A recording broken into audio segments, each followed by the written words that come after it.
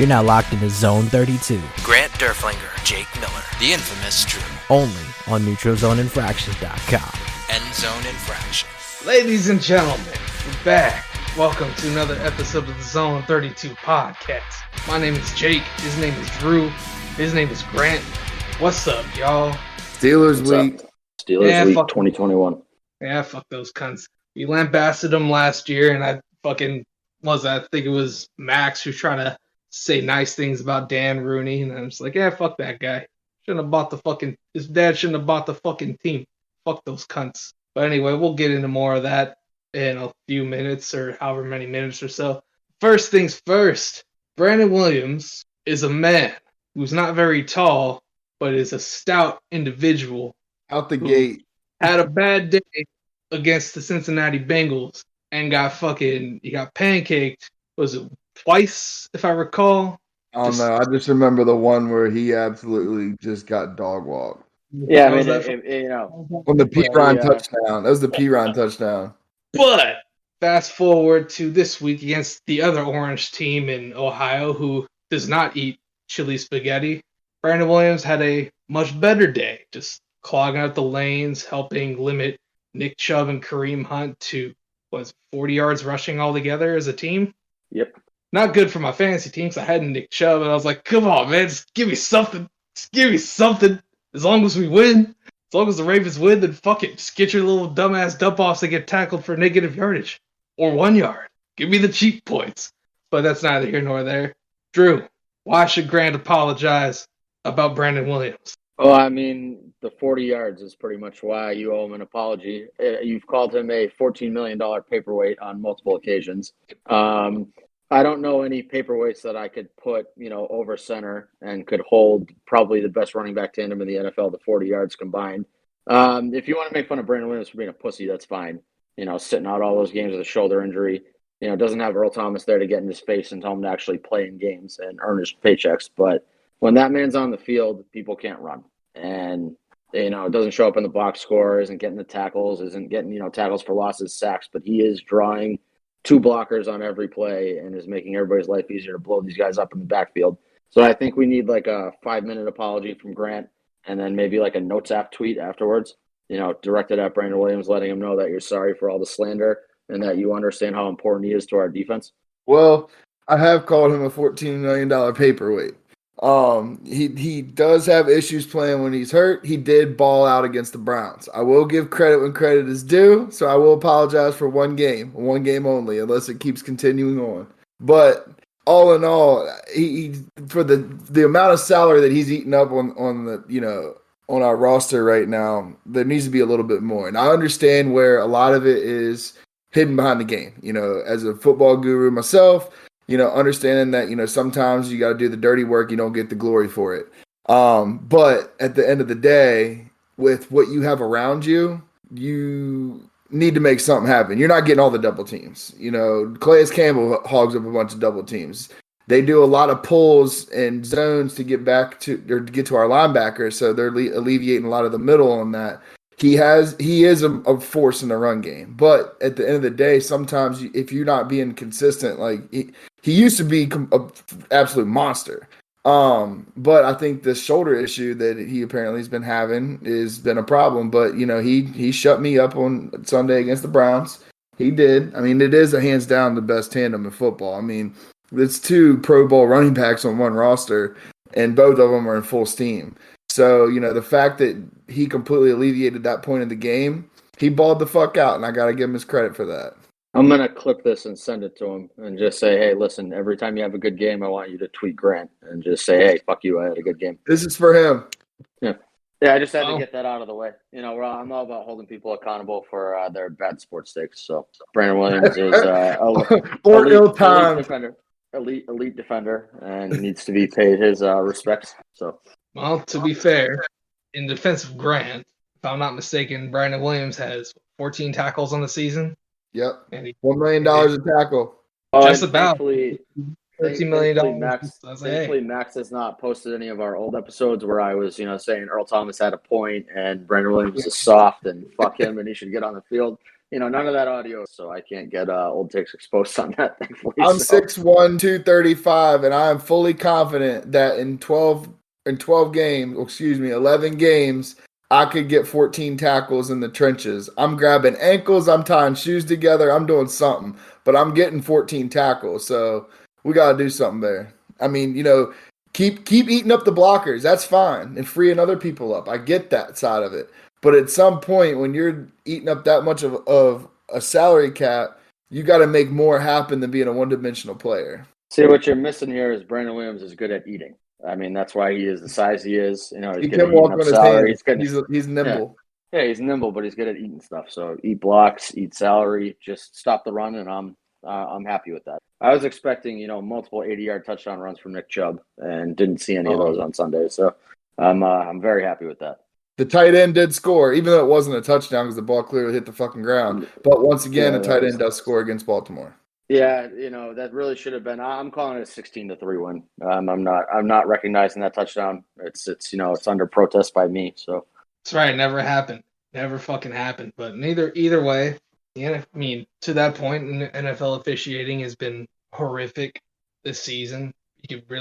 I can't point to a single game where there wasn't a bad call or several bad calls by an officiating, whether they be Ravens games, whether they be random games, or like the fucking Thanksgiving game against the Raiders and Cowboys where they had 28 combined penalties, and Ed Hockey's son was just trying to show you how not buff he is so he could just keep talking to the fucking CBS cameras. But that's neither here nor there. It's epically bad. And it gets bad every year, which I don't fucking understand because we have more technology now than ever. When you can sit in a stadium and look on a Jumbotron and see that a ball touches the ground, or you're sitting at your house, they have the same access to the same replays. They literally look at the same fucking replays that we look at home and at the stadiums. And the way that they can review a play and blow a call still is just, it's almost like the shit, you're either have to, or you're being told to do it. Like there's an earpiece in there and they're like, hey bro, we got to keep this game under wraps. Whatever it is, something's weird. I'm not a conspiracy theorist, but you just can't be that stupid and be a professional at your job and be that bad at your job. I mean, I was probably 12 beers deep at that point when that play happened. And I was like, that's not a catch. That hit the ground. And I'm watching that on a Jumbotron, on the other side of the field. And I'm able to make that determination correctly. I feel like if you're watching it as a ref on a replay, the blown calls on the like the shitty DPIs or tacky holding calls, like I can live with those because those are heat of the moment. Those aren't reviewed. Yeah, they're not reviewed. Like they're making that as a live call, and I'm like, all right, like it's a bad call, but I can live with it because I'm watching it on TV from home, so I have 45 different angles of seeing that, and they're making that call from one angle. But when you review something and still, when you review something and still get it wrong, it's like, what are you doing? Like, what is the point of review if you're going to look over that play for? I mean, that was a solid, 5-minute review too. It wasn't like one of those quick ones where they went to the, the tent and came back and said there was no conclusive evidence. Like there was a full TV timeout. I mean, they did one of those stupid things where like people came on the field and tried to throw balls into the, the big circles for like 50 grand from the Maryland lottery. Like it was a pretty long review.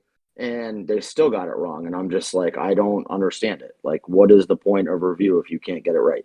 And why are there people in New York looking at replays if they don't get it right? Like, who's running that booth?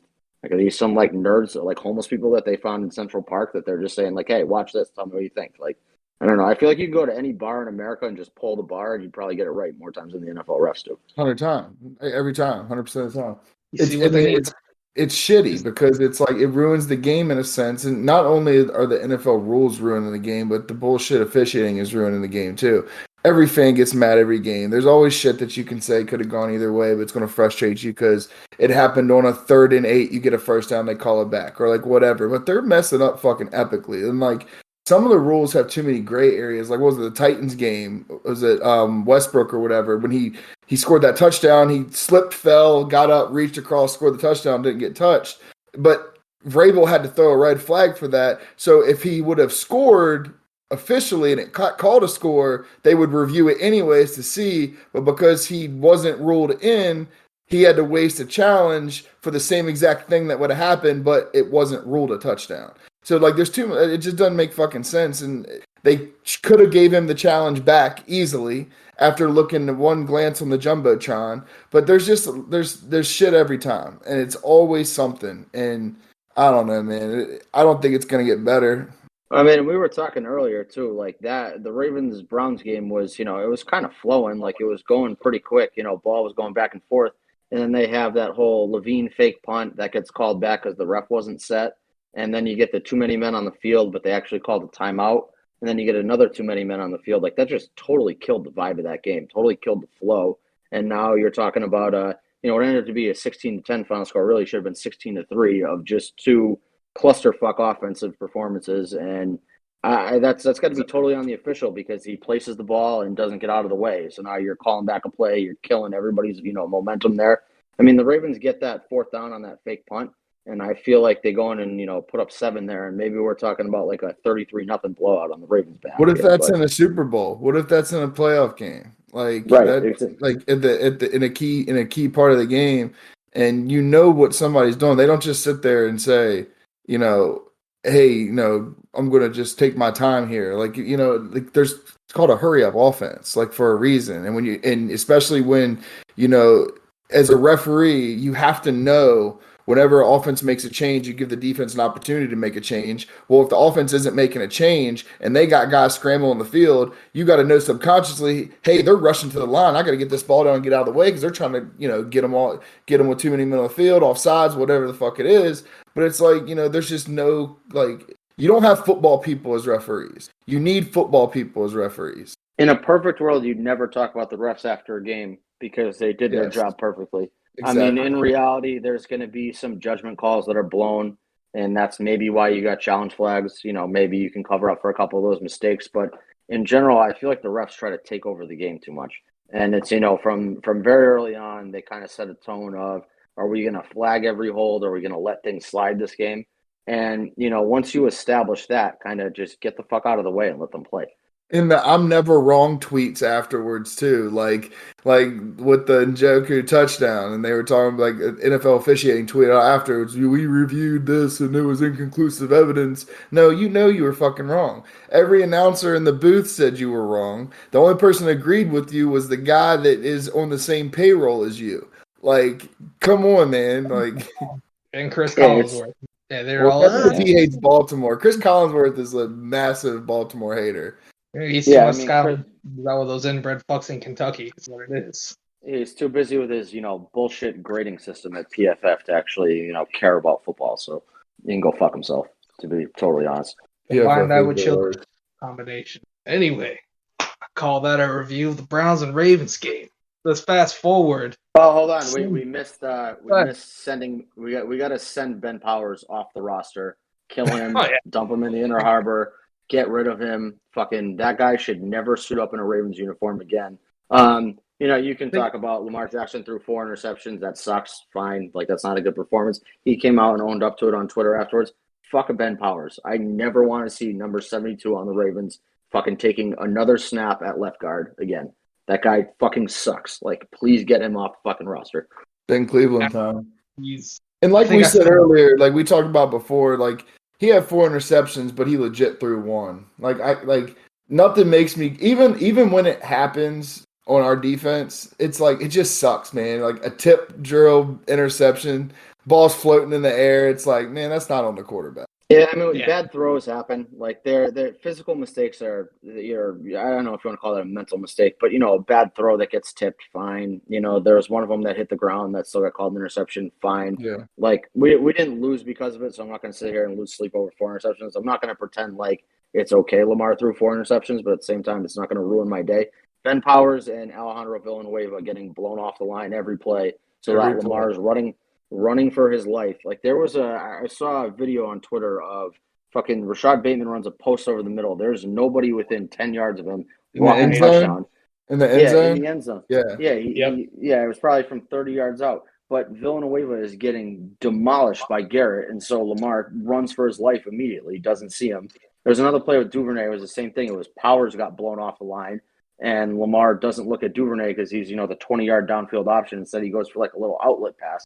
It's like when we have useless fucks, especially Ben Powers on the offensive line. And this is what's going to happen: is Lamar's going to miss open receivers. Lamar is going to get happy feet. Lamar's going to hear footsteps. He's going to make stupid throws, and it just makes the offense look that much worse. And that's with pretty much any quarterback. You get consistent pressure on them, going to struggle. They're going Lamar's to get Lamar's getting trashed for 4 interceptions, but I remember a certain quarterback that wore number 5 a couple of years back that I watched him throw 5 interceptions quite a few times. What, two or three times? I'm pretty sure he threw 5 picks. No, you're right. Now I recall those days. He had a unibrow sometimes and played Didn't hear a peep.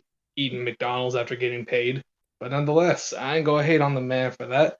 But to your point, You got to one, I'm not necessarily gonna defend Villanueva. I'll put like, if you're getting blown up by Myles Garrett, probably the best pass rusher in the NFL. All right, that is what it is. The offensive coordinator should adjust to that and give you some help. If you're Ben Powers and you're getting blown up by Malik McDowell, who wasn't in the league a couple of years like last year, or Malik Jackson, who's not the same player he was in Denver, what the fuck are you doing? Like, Homer Simpson changing his name to Max Power might have proved to be a better left guard than Ben Powers at this point. Like, what the fuck are we doing? Like, get Ben Cleveland out there or something. Harry Phillips, somebody. Because to be fair, and I was big on him before the draft. Jock is a problem. That dude is a freak.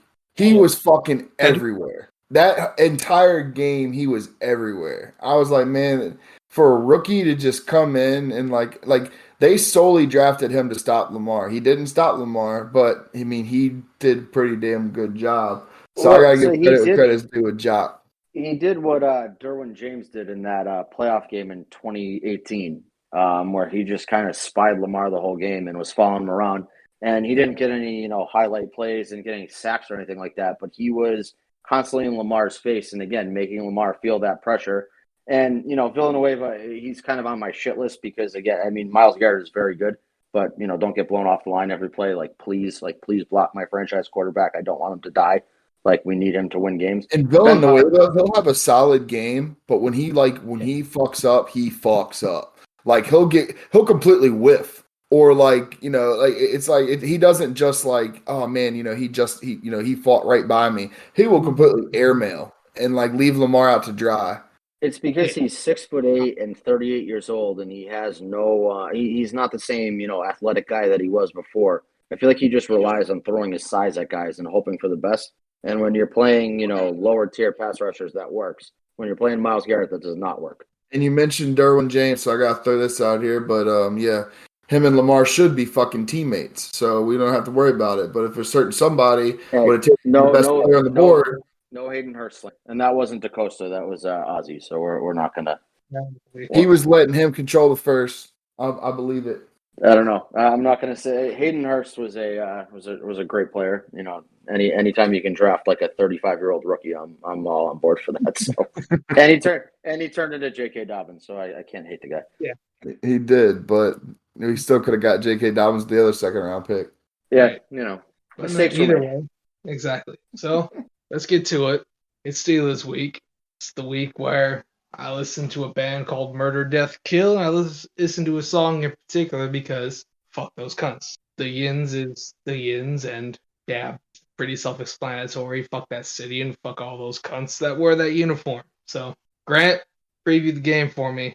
Well, this is the time of year where I get to use my term yincest, because them fucking weirdos had to sit back and watch us just go ahead and mop them. No, I'm just kidding. This game, you just never know. I mean, this is one of those games where, no matter how bad somebody is, look at us. We went out there last year with a peewee team, basically, and took them to the wire. So, I mean, you just never know.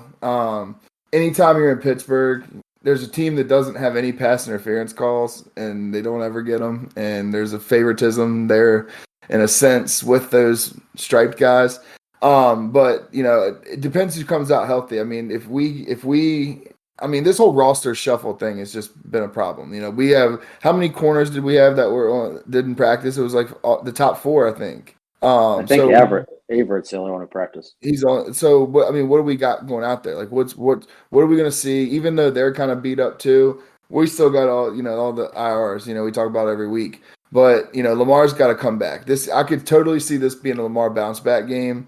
Steelers pretty good. They're good at covering tight ends, so Mark Andrews is going to have a little tougher time. But I think this could be a Hollywood game. Bateman scores for his first time, I'm pretty sure. I could see Devontae Freeman even having a big game this game. This is one of those grind out games. This is going to be like one of those like dog. It's going to be probably similar to the Browns game. It's going to be ugly. It's not going to be anything as pretty. Big Ben is a shell of himself. So, if we can put pressure, I could see Owe coming out with 2.5, 3 sacks. Because he's got so much speed on the outside that, he's tough to deal with on the edge. Ben isn't Ben anymore. He tends to hold on to the ball a little too long sometimes now. So, he drops the ball when he, comes back when it's dropped. He will do what Baker did and go to pass and let go of the ball and a fumble. So he doesn't hold on to the ball, secure the ball well. So this is a game where like you have a lot of strip sacks. You have a lot of opportunities to get the football out and get turnovers. I think the defense balls out, but I do think Lamar has to have a comeback game. I think he does. But for, the best thing about him is he doesn't waver his psyche. So when he has bad games, he does, 4 interceptions, he comes out and he's like, you know what, I fucked up. Not a lot of people do that. We mentioned before Aaron Rodgers would blame everybody under the sun before he ever even came close to saying, oh shit, I messed up. But, Lamar's the first one's like, hey, I got to get back in the lab. I got to work better. I look like a rookie. He's not sitting there pouting. He don't go in there. He doesn't throw temper tantrums or anything like that. He just knows he's got to do something better. And that he's like, I got to fix it. And that's somebody that I want under center. And I think that he does fix it. I think he balls the fuck out on Sunday. To your point about Devontae Freeman potentially having a big game, Steelers are giving the most yards per carry in the NFL, right? Even the Chargers have a better yards per carry average allowed than Pittsburgh. Joe Mixon just went off on him for 28 for $170, and while Devontae Freeman is not Joe Mixon at this point of his career, I mean, he looked good last week. He did. I mean, Pittsburgh hasn't. This isn't the Steelers' defense of the mid 2000s, even the early 2010s, when they were stopping the run with Casey Hampton and Brett Kiesel and Aaron Smith and all them. So that isn't that same defense. So Drew, Ryan Clark enters the chat. Oh, he did enter the chat. Yeah, he's all right on Get Up though. That's just yeah. Anyways, and then James Harrison agreed with him. He did. Yeah. I saw that on the sphere. I mean, this is a rough week. I mean, fuck the Steelers. Like, I don't. If we lose to the Steelers, it's gonna ruin my whole week. Like, it's just not. I can't handle losing to them. Thankfully, Lamar is even keel. Like we said, he comes out and takes ownership. But if you look at his face in a post-game press conference, you wouldn't tell if he threw 4 interceptions or 5 touchdowns. So, I mean, he's pretty even keel. I hope for a bounce-back game for him. In reality, like 2 touchdowns, 200 passing and another 75 and a touchdown on the ground probably wins us that game. Yeah. If Cam Hayward's out, that would be huge. Devontae Freeman could have a huge game. Maybe Tyson Williams shows up. Maybe Latavius Murray shows up. Doesn't really matter who it is, but, run the ball consistently. Keep the defense off the field as much as possible. Do not let Chase Claypool score because I fucking hate him and do not want to see him succeed. Yeah, him and the fucking, the TikTok dance star, like both of them can go fuck off. Deontay Johnson is a problem. He'll be kind of a, one to watch. I think he's going to kind of, get his catches, but if we can just get him down after the catch, then that's fine. The good thing with the Steelers, too, is that their secondary makes plays on deep balls. If Lamar gets the ball out quick and kind of gives the ball to Hollywood in space, it's kind of one of those games where you can take a slant, a 10-yard slant for an 80-yard touchdown, and hopefully the same for Bateman. It would be great to watch the Ravens come out and, a statement, 21-plus point win against the Steelers. I'm not sure that's going to happen because, like we said, it doesn't matter when these teams match up. It's going to be ugly, and somebody's going to win in, the last 5 minutes of the game. And I have faith in that being us. But, anything can happen. If the defense plays like it has the last 3 weeks, I think we're in good shape. I hope Owe takes over the ass ownership of Ben Roethlisberger that Terrell Suggs had for all those years. So I don't know. I'm expecting a win. I'm expecting an ugly win, but something that we can come back next week and not be pissed off at half the roster over. Yeah, and like we talked about earlier too, a big part of the defense playing better has been the middle of the field. Patrick Queen's been balling out. He's really stepped it up. people say he moved to the weak side. He doesn't start formations, but he's still like I think week even came out and said it. He's still the Mike. But placing him on the weak side, giving him more space and more ability to use his athleticism has been a key part of what they are doing, especially on their blitz packages. And the way that he stepped up, it just shows you the importance of the middle of the defense. And like what we were so spoiled with Ray Lewis for all those years is the fact that, even CJ Mosley, in the fact that like when Patrick Queen plays bad, look how bad our defense is. Like it even sets up the secondary too, where, you have to leave them on islands. You have to leave them in certain zone aspects where then you have your middle of the field not being able to cover it all.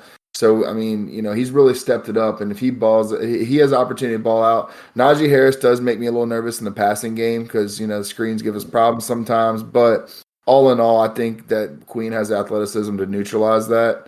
But yeah, I mean, you mentioned Deontay Johnson. I'm a fan of his, actually. I think he's a baller. He fills in the role of, where the Steelers had Santonio Holmes, they had Antonio Brown, they had Emmanuel Sanders, they had, the way that they just keep carrying it on. And Deontay Johnson's that next guy in line that's that speedster, runs great quick routes, shifty, gets the ball, he's gone. That type of receiver, which Big Ben has always thrived with. And, Freiermuth too. I've been big on him since the draft, and he's a baller. He's a gamer. And with the fact that we struggle with tight ends, he's somebody to watch too in the passing game because he's been lighting it up the past couple weeks, especially since Ebron's been out and he's been getting all the snaps. Yeah, I mean, Ebron thought he was the best tight end in the AFC North when he came over here. He's my Tar Heel, but he says some wild shit sometimes. He is an absolute moron. And again, him going to the Steelers made me hate him 10 times more than I did before. Yeah, I mean, the thing with Deontay Johnson, as long as we kind of bracket him and, he's going to get his catches, as long as you keep them to, he runs a 10-yard route, you tackle him after 10 yards and just kind of call it a day there. I think he's fine. Najee Harris doesn't worry me as much because Ben has been terrible on short balls this year. And so I feel like, even if we struggle to cover screens, Ben will kind of cover our ass with missing those throws. Yeah. He has just not been good with that all year. I expected Najee Harris to kind of run away with Offensive Rookie of the Year. And Ben just cannot get him the ball. And their offensive line is fucking terrible, so he's got nobody to run by. He's so talented too, man. You watch him when he gets the ball in his hands, and he does everything. He's physical, he's elusive, he's got acceleration. Like he's a tough cat. I hated the fact he went there. And I mean, we all knew he was going to go there, but I fucking hated the fact he went there. Yeah, I was okay with him going there because they didn't do anything with their line. So I was like, all right, like he's got nobody to run behind, and Ben can't throw anymore. And I just think that, again, Patrick Queen has been huge. I'm hoping, a combination of him, Brandon Williams being there to stuff up the middle as the Malik's back too, isn't he? Isn't Malik back this week? Yeah, supposedly. Again, he got shot 3 weeks ago, so I don't know how much we can expect out of him, but, he's my guy. I like Malik. Yeah. Well, he hits hard, and he's the kind of guy that would fuck up Najee Harris's day up the middle. And I want to see our boy, our Darius Washington get a shot finally. I mean, he's on IR. I thought he was coming back this game. Yeah, no, it's he's done for the year now. So again, another secondary guy that's down. This is going to be a big brain steal. This is going to be a big brain steal because he's been playing well. He's actually way exceeded my expectation. He's had rookie mistakes, but he's made some plays. He takes some very bad angles to make tackles on plays that if somebody's throwing it right at him and he's he's the primary guy on the ball, he's fine. It's when he's kind of the secondary backup guy that you can tell he just doesn't really understand. He does it like a running back where he tries to go around everything instead of just kind of going to it and disrupting the play. And that just shows the transition of the speed of the game, like from college to NFL. I think that's just a lot of what that is just adjusting to the speed of the game. Yeah, I mean, he's been much better than expected. I did not expect a lot out of him having to take over for Elliott, but he's done very well. And if Chuck Clark doesn't have any fuck-ups this week, that would be great too. Again, Earl Thomas was right. Chuck Clark is a fucking moron and doesn't understand how to align defenses, and that's fine. He hasn't burned us the last couple. Well, burned us on the Andy Dalton play, but again, it hasn't come back to haunt us in terms of losses the last couple weeks. I'm hoping that stays to be the case. But again, if Chuck Clark fucks up another coverage, like I'm going to fight him in the locker room and I'm going to go punch him in the locker room. And then, they can cut me like I'm Earl. They can give me a $10 million payout too for that too. So, right. No, that's the truth. But Anyway, even to you guys' point before, these games are always close, no matter who's in the roster. Who's on the roster? I mean, you can go back to 2015 when we beat them in Baltimore with Ryan Mallett, and you can go back to the years they beat us with Charlie Batch, or the overtime games we've played against each other with backup quarterbacks, whether it be Byron Leftwich or Mason Rudolph a couple of years ago. I think they had Mike. I think we had an overtime game with Mike Vick under center for them at one point too. Same season too, 2015. Yeah. That was like Yeah. of that injury-riddled year where you lose Joe Flacco, Steve Smith, Justin Forsett, Terrell Suggs, and what was it 19 guys in IR that year? The one on the right spot is sweeping the Pittsburgh Steelers. It didn't make up for the entire season, but it was a good note to be like, you know what, we're gonna have a shit year. At least we swept their asses. So if you're gonna go 5-11 into the Steelers twice, I can. Anywho, before we go, we had this question last year with Max moderating. So I'll ask you, Drew, do you have a single favorite moment from this rivalry? Not necessarily just all the wins, because that's obvious, but a single moment, a single game that you look upon most favorably. That's tough. I loved Haloti Ngata breaking Ben Roethlisberger's nose. That was great. Probably the Torrey Smith game winner. That's the one that sticks out the most for me. Again, anytime you can beat the Steelers in that kind of fashion with a guy that you took early, it's just, icing on the cake for me. Yeah, I guess it's got to be between anytime Ben Roethlisberger gets hurt or, the Torrey Smith game winner. Yeah, I'm right there with you. Torrey Smith was my pick last year. Then I believe it was the Thigh Master game where Suggs caught the interception between his legs, which was nice. But hell, going back to a certain play where Roethlisberger got put on his ass, I still remember how pissed I got when Courtney Upshaw gave him a very clean hit in the pocket, rocked his shit, and then Ed Hockley throws the roughing the passer on him. So like, how? He's 270 pounds getting put on his back. This was before Aaron Rodgers had his collarbone broken. What the fuck is wrong with you? That is not a foul, you piece of shit, Ed Hockley. I was seething that day, but I think we won that game, 27-6, some shit like that. So yeah, that was a pretty big win. And I look, if Owe wants to come around the corner and hit Roethlisberger late 5 times and put him on his ass, I'm okay with that. Like anything you can do to fuck with that guy, I'm totally cool with. There are very few athletes that I hate more than Ben Roethlisberger, and anytime that I can watch him writhing in pain on the ground would be, I'm happy. So absolutely, the feeling is mutual right here. Fuck that fat cunt. Fuck that entire organization. Fuck Permandy Bros. Still never been to Pittsburgh. Eventually, I'll go there and watch Don't all do the it. bulls. Don't do it. Don't do it. Don't be an asshole in my fucking dressed in all purple to piss off yins and all that good shit. Oh, no. I'm saying for your own sanity, like it's just if you do end up going to Pittsburgh, if you do end up taking a trip there, make it a day trip. There's nothing else to do besides go to a game. It's just it's kind of like a waste of your time. Like if you're gonna come out this way, try to go to a better city would be my recommendation. I'm gonna keep that in mind, absolutely. But anywho, that's gonna do it for us for this week. We'll be back at some point with another episode. Let's hope this doesn't become another hidden one. Looking at you, Max. In the meantime, I'm here to make a noise. See ya! Grant Derflinger, Jake Miller, the infamous Drew. Zone 32.